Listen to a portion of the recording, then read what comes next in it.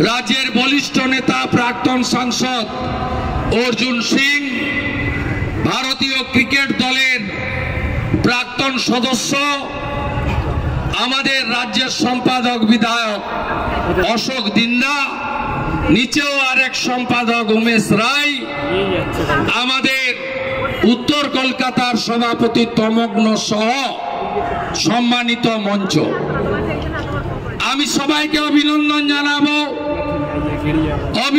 জানাবো মীনা দেবী পুরোহিত, সজল ঘোষ, বিজয় ওঝা, আমাদের 3 কাউন্সিলরকে যারা এই মিছিলে আমাদের যুব মোর্চার সাথে পা মিলিয়েছেন।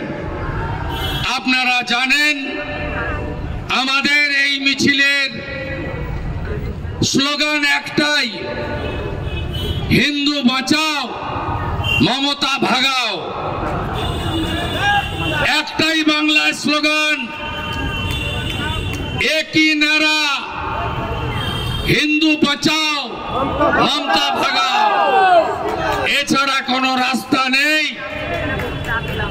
যে ছোট ছোট ঘটনাগুলো আপনারা দেখে এসেছেন, দুর্গা পূজা থেকে সরস্বতী পূজা, মোথাবাড়ি থেকে চাপদানি, তার সাথে মুর্শিদাবাদের ঘটনা, আমি মনে করি সম্পূর্ণ একটা পরিকল্পিত এবং অন্য উদ্দেশ্যে।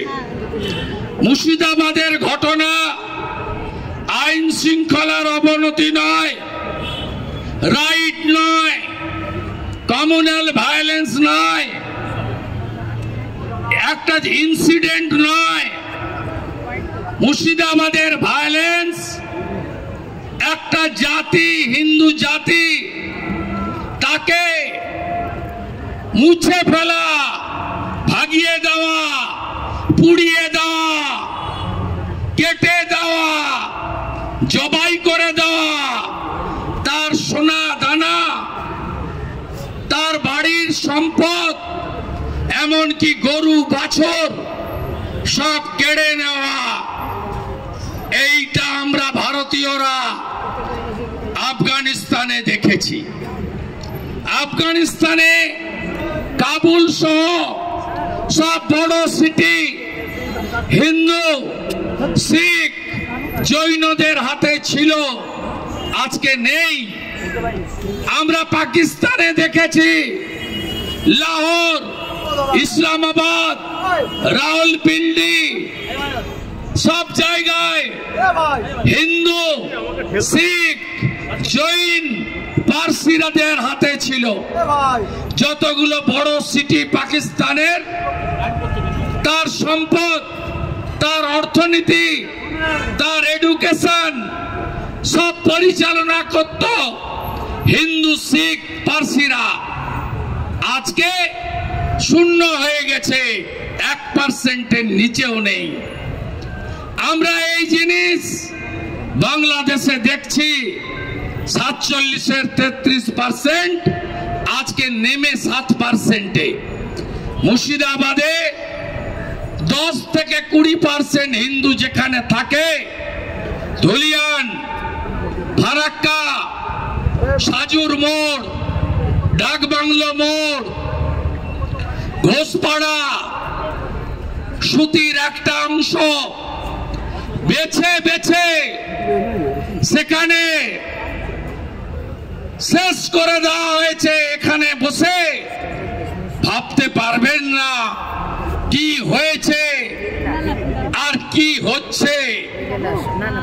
11 তারিখে গত শুক্রবার আমি মালদার মোথাবাড়িতে ছিলাম। আমাকে তো এমনি ঢুকতে দেয় না, হাইকোর্ট করে যেতে হয়। ওদের বন্ধু সেলিম যায়, বাধা নেই। ওদের বি টিম শুভঙ্কর যায়, বাধা নেই। বাধা শুধুমাত্র বিজেপি আর বিরোধী দলনেতা হলে তো কথাই নেই। আমি সেদিন মোথাবাড়িতে 2:30টায় শুরু করেছে, 6:30 পর্যন্ত নো পুলিশ। ভাবতে পারেন ওই দিন যা করার করলো। ডিএম পুলিশ যখন শাটারের নিচে 35 জন পুলিশ আহত, বিএসএফ কে পা ধরে মাঠে নামালো 300 বিএসএফ জওয়ান। 400 স্কুলের বাচ্চা আটকে ছিল। ভাবতে পারবেন না কি করেছে। 11 তারিখ হওয়ার পরে 12 তারিখে সকালবেলা জেলা শাসক ডিআইজি বিএসএফ কে বলেছে ফোন করে, আপনি বর্ডারে ফিরে যান, আপনার প্রয়োজন নেই। আমি জানার সাথে সাথে একটা শেষ চেষ্টা করেছিলাম। চেন্নাইতে ছিলেন কলকাতা হাইকোর্টের মহামান্য বিচারপতি, 4 দিন ছুটি, শনি রবি সোম মঙ্গল।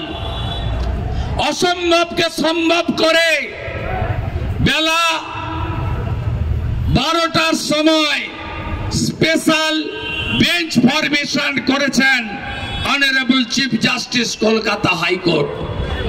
4:30টায় শুনানি। রাজ্য সরকার বাধা দিয়েছে, শোনেনি কলকাতা হাইকোর্ট।